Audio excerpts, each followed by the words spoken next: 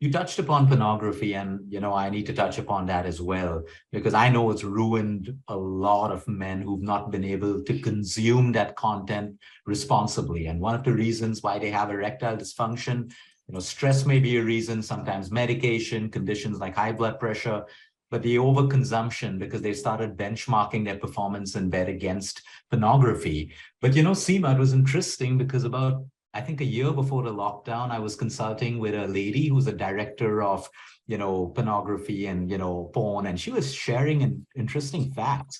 She was saying that, at least I'll talk for the Indian subcontinent because she spoke about that data about women consuming pornography. But she said, Luke, that's okay. We all do. But the kind of pornography. And she said the percentage of women consuming what did she call it? I mean, it was really a harsh word. She said rape porn or gang banging, like very violent pornography was consumed by a lot of women, which actually actually kind of made me think. And I started going into a little bit of research, like, I mean, women can enjoy what they want, men can, but where is that coming from? From which part of the mind? What is the need that needs to be filled? Is it just pleasure?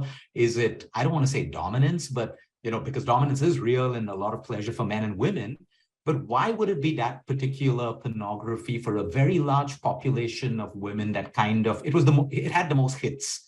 Let me put it that way. So I want you to talk a little bit about pornography, the psychology, how it can affect us. Like you spoke about you spoke about erotica, which is absolutely great. But where do people draw the line? And in today's world, especially where people have access to it more than any before, there are still failed relationships at sexual levels. There's the inability to build intimacy, and people can't stick with one partner, for a while because they get bored. Like, oh, I've done all of this with this girl or this guy. Now what's next? So the thrill for something more than a twosome, threesome, or yeah, I'd love your take on pornography, please. Okay, so let's start with this first point. Fantasies are fantasies. It is a fantasy. It doesn't mean that a lot of people who fantasize about certain things would actually want to do that in real life. I met somebody who said that their ultimate fantasy was jumping from a plane and having sex midair. And they admitted that they would never actually want to do that, but it was great in the head, So fantasy is fantasy. I unfortunately cannot say any more than I can't comment any more on this idea of the rape porn fantasy, because I don't have enough data on why, beyond the fact that there are certain fantasies that people go through, and I'm not qualified to talk about that, so I'm going to leave that one aside. Porn, as it goes, is really, really problematic for me because of various things. I realize it's the only thing that people have with which to learn. It's also their only outlet. And when I was younger, we had very limited porn. So when I was very young, there was The Godfather, the book, The Godfather. Yeah. The 3 pages in that, which have a scene. Two people having sex. It was the most read 3 pages, like every day, you'd help yourself to those 3 pages. I look at it now and you're like, this is nothing. But at that point, that was it. A friend of mine used to get magazines from Germany. So we had German magazines, which showed a certain kind of pornographic image.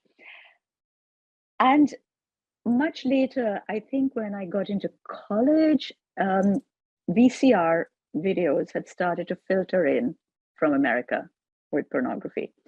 And I still remember, a friend would every now and then say, acha, so-and-so ke ghar jaake, we'll watch together. And it was vile, but we all watched 1 or 2 to understand that it was vile and you didn't want it. What makes me wonder about it is the people who watch it and think it's fantastic. So it's not, we watched it. Everybody watches it at some point and then you kind of go, oh, I'm going to throw up. So what makes you get past that, where you desensitize so much that you start thinking, this is exactly what I want to consume. The problem also with porn is And like I said, I thoroughly recommend audio erotica. Mhm. Now, whether you want to change the word and call it audio porn, whatever it is that you want to call it, I recommend audio erotica. I recommend the written word because it leaves your imagination to do a lot of the work. So you're still having to work at it. With something visual in front of you, it's just a basic, it's like a surfeit, it's like stuffing your face with a chocolate cake, then throwing up. It's like that. So I just think that it's really, really bad for you because it destroys various nerve endings, for want of a better word.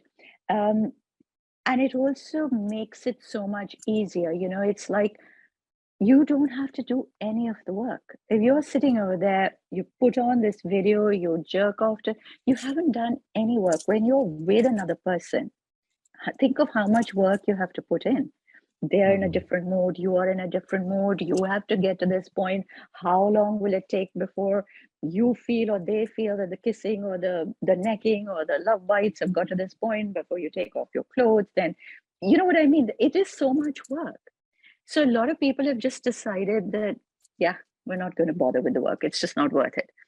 And I just want to say that I think that unfortunately, yeah, it is. I mean, it's bad enough that, okay, it sort of made people think about, I still get people writing and saying, why can't I last as long as they do in porn? Because you idiot, you can't, I'm sorry, that's a very basic this thing. You keep saying that is a film. Do you not understand? You get people saying, but she doesn't look like, or he doesn't look like they do in the films. And you keep saying that's because that's Photoshop. But aside from the visuals of it, I think the biggest problem is the work that goes into it. If you look at the sex industry with AI today, in America, in San Francisco, there is this company making sex dolls that are $50,000, $60,000. People buy those. You can also just buy the torso. Like you can literally, if you can't afford the whole doll, you just buy the torso that has the vagina. Most of them are female sex dolls. Okay, so you buy a sex doll for that much. What are you going to do with it? A lot of these people actually make this their full-time partner. Wow. Okay, there are people who married their sex dolls. And to me, the biggest issue around this is, forget the kink and so on. Imagine this thing that has been created only to pleasure you. Yeah. It has no argument. It has no feelings. It has no point of reciprocation, nothing. Think of what it does to your brain when you get used to having sex with a sex doll. It leaves you absolutely unequipped to be with another human being in any shape or form. Just imagine. It's scary. It's a scary thought. Again, the Kama Sutra has this very interesting thing on oral sex. It's the longest chapter, by the way, in the book is on oral sex because the Kama Sutra has a very strange relationship with oral sex. It sort of says it's very pleasurable, but it's not good. But yes, it's good, but no, it's not good, and back and forth. And it says basically that if you are going to ask a woman to perform oral sex on you, it has to be reciprocal. You have to be prepared to do it back for her. So don't ask a woman to do it. You pay your male servants to do it for you.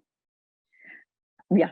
And it says that if you do that, because they're being paid, they will not expect you to do it back for them, but they will feel very excited. And all you need to do in return is you can tweak their nipples a little bit to help their excitement. Yeah. You know what I mean? Like even over here, I find that particular chapter or that particular set of instructions problematic, but this was 2000 years ago. You'd think we'd have come a little bit further, right? But it does say that if you're going to do this with another partner who is your partner, not a paid person to do it for you, then you need to do it back for them. Yeah. And I think that's what porn has taken away from us, that it is very much about you and yourself, and it kills off the need to worry about your partner. Like it kills off any human instincts. Yeah. And that's the problematic bit.